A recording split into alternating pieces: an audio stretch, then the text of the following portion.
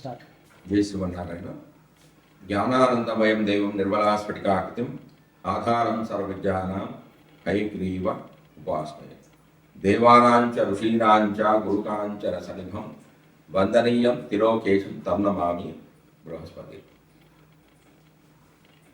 అందరికీ నమస్కారం. మనం ఇప్పుడు వీడియోలో గురువు వృషభ రాశి నుంచి మిథున రాశిలోకి ప్రవేశిస్తున్నాడు. ఎప్పుడంటే మే 15వ తారీఖు. ఒక రాశిలో గురువు సంచారం ఒక సంవత్సర కాలం ఉంటుందంటే ఒక రాశిలో ఒక సంవత్సరం ఉంటాడు. గురువు సంవత్సరం, రాహుకేతులు సంవత్సరం అంటే వక్రం అంటే వెనక్కి నడుస్తూ ఉంటారు. శని 2.5 సంవత్సరాలు ఉంటాడు. అంటే ఈ 4 గ్రహాలు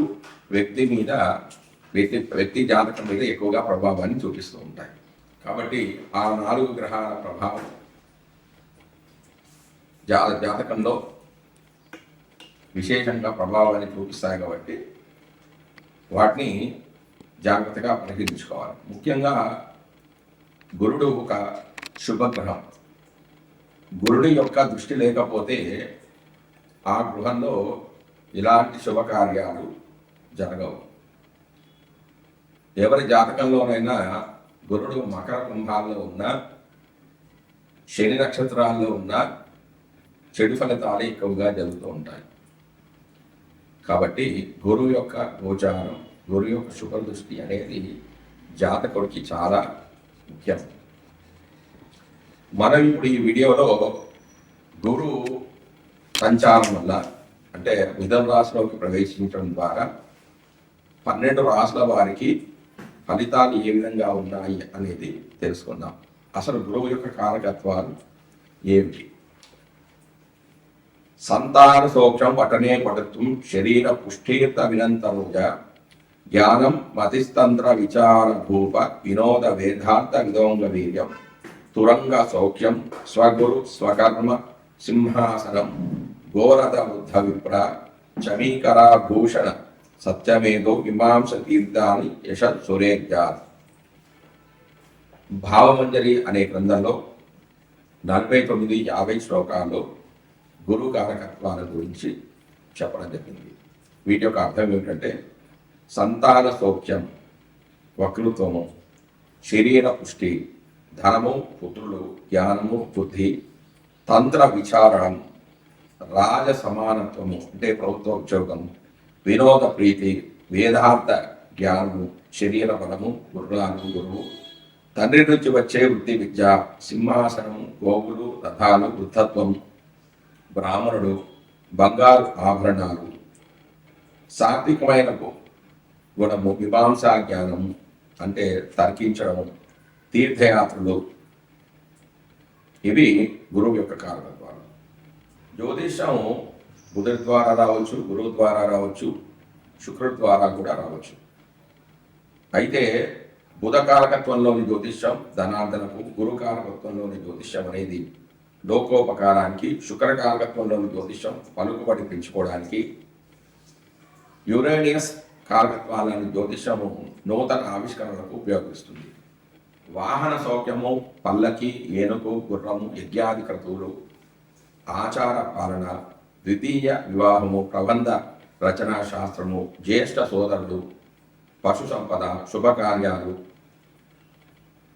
పౌష్టిక కర్మలు అంటే శాంతులు చేయడం, యోగాభ్యాసము, గురుత్వము, బోధన అంటే టీచింగ్, మంత్రోపదేశము, ఆధ్యాత్మిక జ్ఞానోపదేశం అంటే అర్చకులు, వేద పండితులు, జ్ఞాపక శక్తి, నూతన ఆవిష్కరణ, సద్గతి, మోక్షము, ఆలోచన శక్తి, మంచు, తీపి, ఈశానము, తేనెకళ్ళు, సంస్కృత భాష, గర్వము, ఆడంబరం లేని వేషం అంటే సింపుల్సిటీగా ఉండడం, స్థూలకాయం అంటే లావుగా ఉండడం, పచ్చని కనులు, దాచబడిన సొత్తు అంటే నిల్వ ఉంటుంది. అంటే గురువు జాతకంగా బాగుంటే డబ్బులు బాగా నిల్వ ఉంటాయి.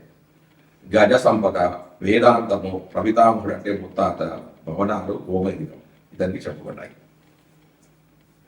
మరియు కనక పుష్యరాగం, పితామహుడు అంటే తండ్రి, దేవేంద్రుడు అంటే ఇంద్ర పూజ, గురుదోషాలు తొలగిస్తుంది అని ప్రాచీనమైన సాంప్రదాయం. ప్రస్తుత కాలంలో ఇంద్ర పూజకు ప్రాచుర్యం అనేది తగ్గిపోయింది. దత్తాత్రేయ పూజ, మంత్రస్మరణ గురుదోషాలను హరిస్తుందని ప్రస్తుత సాంప్రదాయం. గురుడు గ్రహాలలో పెద్ద గ్రహం.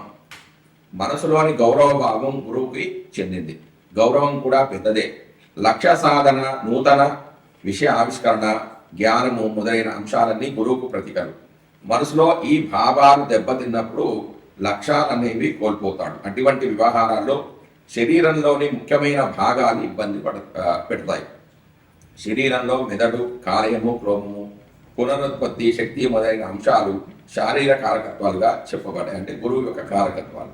ఈ భాగాల్లోని లోపాల వల్ల శారీరం శక్తిహీనం అవుతుంది. ఆలోచన శక్తిని కోల్పోతూ ఉంటుంది. విశేషణ లేకుండా చేస్తుంది.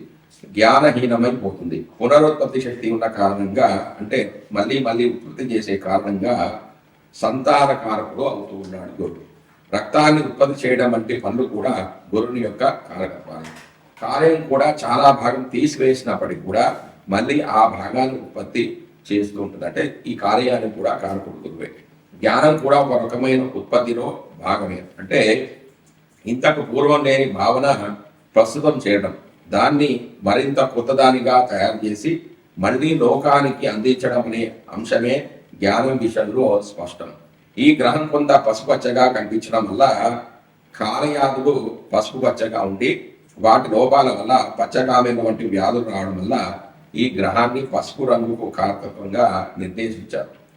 వీటన్నిటి దృష్ట్యా సమాజంలో గురువులు, ఇంజనీర్లు, సైంటిస్టులు, ధార్మికాధికారులు లోకక్షేమం కోరుకుంటూ మంచి విషయాలను మరింత శ్రద్ధతో ఉత్పత్తి చేయగలిగిన వారందరికీ సంబంధించిన సమాజ కారకత్వాలు ఈ యొక్క గురువుకి నిర్దేశించారు. ఈ విధంగా గురువు అనే గ్రహ కారకత్వం క్రియాశీలకమైన పాత్రను పోషిస్తూ ఉంటుంది. అంటే ఒక బాధ్యతమైన ఒక పాత్రను వహిస్తూ ఉంటుంది. ఈ గ్రహం బాగా లేదని జ్యోతిష్ఠులు భావిస్తే ఇటువంటి కారకత్వాలు శరీర మానసత్వ విభాగాల్లో సరి అయిన విధంగా లేవని భావించడమే. ఇదే విధంగా ఈ అంశాల్లో కలిగే ఇబ్బందిని గురుగ్రహానికి ఆపాదించి చూడడం జ్యోతిష్యుల యొక్క సాంప్రదాయం. ఇదే భారతీయ భావంలో గ్రహకత్వాన్ని అధ్యయనం చేసే విధానం. ఇక గోచార విషయానికి వస్తే గురుగ్రహ సంచారాన్ని కూడా సంవత్సర గోచారంలో భాగంగానే పరిశీలిస్తారు. గురువు తానున్న రాశి నుండి 5, 7, 9 రాశులను చూడడం వల్ల ఆయా రాశుల వారికి అనుకూలతను తెలియజేయడం జరుగుతుంది. అంటే తాను ఉన్న స్థానం నుంచి 5వ స్థానాన్ని, 7వ స్థానాన్ని, 9వ స్థానాన్ని చూస్తుంటాడు. కాబట్టి ఆ రాశులలో ఉన్న లోపాలు ఏమన్నా ఉంటే వాటిని కూడా సరిదిద్దుతాడు. అంటే లోపాలు అనేవి తగ్గిపోతుంటాయి. అంటే గురువు ఒక శుభగ్రహం కాబట్టి పాపగ్రహం చూస్తే శుభత్వం అనేది పోతుంది, శుభగ్రహం చూస్తుంది కాబట్టి ఆ శుభాలు అనేవి కలుగుతూ ఉంటాయి. అయితే జన్మరాశి నుంచి గురుడు 2, 5, 7, 9, 11 రాశులు సంచరించేటప్పుడు ఆర్థికమైన, సంతానపరమైన, వైవాహికమైన సంతృప్తిని కలుగుతుందంటే ఆర్థికంగా బాగుంటుంది. సంతానం లేని వారికి సంతానం కలుగుతుంది. సంతానం ద్వారా ఆనందాన్ని పొందుతారు, సంతృప్తి ఉంటుంది, లాభాలను పొందుతారు. గురు దృష్టి ఉన్నటువంటి భావాలలో లోపాలున్నా సరిదిద్దబడతాయి. అంటే కొంచెం తగ్గిపోతూ ఉంటాయి. ఆ సంవత్సరంలో ఏ కార్యక్రమాలకు అనుకూలమో, ఏ కార్యక్రమాలకు ప్రతికూలమో కూడా గురుగ్రహ గోచారం ద్వారా మనం గమనించవచ్చు. నూతన సంకల్పాలు నెరవేరడానికి, వివాహ సంతానాది అంశాలు పరిపూర్ణత కోసం గురుగ్రహ గోచారం అనుకూలంగా ఉండే విధంగా చూసుకోవాల్సిన అవసరం. మనం ఎందుకు చూస్తున్నాం? గురుగ్రహ సంచారం ఎందుకు తెచ్చుకుంటున్నాం అంటే గురువు యొక్క అనుగ్రహం ఉంటేనే మనం అనుకున్న సంకల్పాలు అనేవి నెరవేరుతూ ఉంటాయి. వివాహ విషయంలో కానీ, సంతానం విషయంలో కానీ, ఆర్థిక వ్యవహారంలో కానీ ఉంటాయి. కాబట్టి గురుగ్రహ సంచారం, గురువు యొక్క శుభ దృష్టి అనేది మనకు కంపల్సరీ. గురుడు 2, 5, 7, 9, 11 స్థానాల్లో శుభ ఫలితాలు ఇస్తాడు. అదేవిధంగా అంటే 2లో ఉన్నప్పుడు 12 ఏ గ్రహం ఉండకూడదు. 5లో గురుడు ఉన్నప్పుడు 4వ స్థానంలో ఏ గ్రహం ఉండకూడదు. అలాగే 7వ స్థానంలో గురుడు సంచరిస్తున్నప్పుడు 3వ స్థానంలో ఇతర గ్రహాలు ఉండకూడదు. 9వ స్థానంలో ఉన్నప్పుడు 10వ స్థానంలో ఉండకూడదు. 11వ స్థానంలో గురుడు సంచరిస్తున్నప్పుడు 8వ స్థానంలో ఏ గ్రహాలు ఉండకూడదు. అంటే ఇలా ఉంటాయి. వీటిని వేద స్థానాలు అంటే ఈ స్థానాల్లో ఏమన్నా ఉంటే ఆ శుభత్వం అనేది ఉండదు. అంటే వీటిని కూడా పరిశీలించుకోవాలి. మనం ఇప్పుడు ఈ వీడియోలో గురుడు వృషభ రాశి నుంచి మిథున రాశిలోకి ప్రవేశించినప్పుడు కర్కాటక రాశి వారికి పొందే ఫలితాలు ఏమిటో తెలుసుకుందాం. కర్కాటక రాశి వారి గురుడు వ్యయ స్థానంలో సంచరిస్తున్నాడు. ఈ స్థానంలో చెడు ఫలితాలనే కలిగిస్తాడు. అవి ఈ విధంగా ఉన్నాయి: ధన వ్యయం, డబ్బులు ఖర్చు కావడం, దేహ సౌఖ్యం అనేది లోపించడం, ఇతర దేశాలు వెళ్ళడము, కొంత భార్యకు హాని కలగడము, విశ్రాంతి అనేది లేకపోవడము, ఉద్యోగ స్థానంలో ఇబ్బందులు కలగడం జరుగుతాయి. ద్వాదశ స్థానంలో అశుభ ఫలితాలు కలిగజేసినప్పటికీ గురుడు తాను చూసే స్థానాలైన 4, 6, 8 భావాలలోని లోపాలను కొంత తగ్గిస్తాడు. అవి ఈ విధంగా ఉన్నాయి: బంధుమిత్రులతో సత్సంబంధాలు అనేవి ఏర్పడతాయి. తల్లి ఆరోగ్యం అనేది కొంత మెరుగుపడుతుంది. గృహంలో చికాకులు అనేవి కొంత తగ్గిపోతాయి. నీటి మీద ప్రయాణాలు ఎక్కువగా చేస్తారు. స్నేహితుల యొక్క సహకారం అనేది లభిస్తుంది. కష్టించి కొన్ని పనులు పూర్తి చేస్తారు. ఆలోచన విధానంలో మార్పులు చేసుకుంటారంటే పాజిటివ్ థింకింగ్ అనేది వస్తుంది. శుభకార్యాలకై డబ్బులు ఖర్చు చేస్తారు. నూతన వాహనాలను కొనుగోలు చేస్తారు. సోదరులతో కలహాలు అనేవి తగ్గిపోతాయి. రోగ నిరోధక శక్తి అనేది పెరుగుతూ ఉంటుంది. అప్పుల బాధ నుంచి కొంత విముక్తి అనేది లభిస్తుంటుంది. ఈ రాశి వారు కలతలంతో కానీ బంధువులతో కానీ జాగ్రత్తగా మెలగాలి. వారితో గొడవలు జరిగే అవకాశం కూడా ఉంది. కొన్ని అనుకోని సంఘటనలు జరిగే అవకాశం కూడా లేకపోలేదు. దేశం ఉన్నారండి. గురుగ్రహం బాగాలేకపోయినప్పుడు, అంటే గురువు యొక్క అనుగ్రహాన్ని పొందాలి అంటే చేసుకోవాల్సిన రెమెడీస్ ఏమిటి అంటే గురువు యొక్క దానాలు. గురుడు అశుభ స్థానంలో ఉన్నాడు అనుకోండి, అంటే ఇంట్లో శుభకార్యాలు ఏమీ జరగటం లేదు, ప్రమోషన్స్ ఏం రావటం లేదు, డెవలప్మెంట్ ఏం లేదు అని అనుకున్నప్పుడు వాళ్ళు చేసుకోవాల్సింది ఏంటి అంటే గురుడు అశుభుడుగా ఉన్నప్పుడు విప్రులకు పసుపు పచ్చని వస్త్రము, శుద్ధమైన బంగారము, పుస్తకము, నివాళ ధాన్యం, అన్నము, పంచగవ్యము, శనగపప్పు, పంచదార విప్రులకు దానం చేయాలి. గురువు శాంతి స్థానం. బృహస్పతి అంటే గురువు అశుభ స్థానంలో ఉన్నప్పుడు తెల్ల ఆవాలు, యష్టి మధుకము, నీరు, మల్లె చిగురాకులు, మల్లె పువ్వులు, యుధి ఆనుకులు అంటే మల్లెలలో భేదం, దీన్నే చమేలి అంటారు.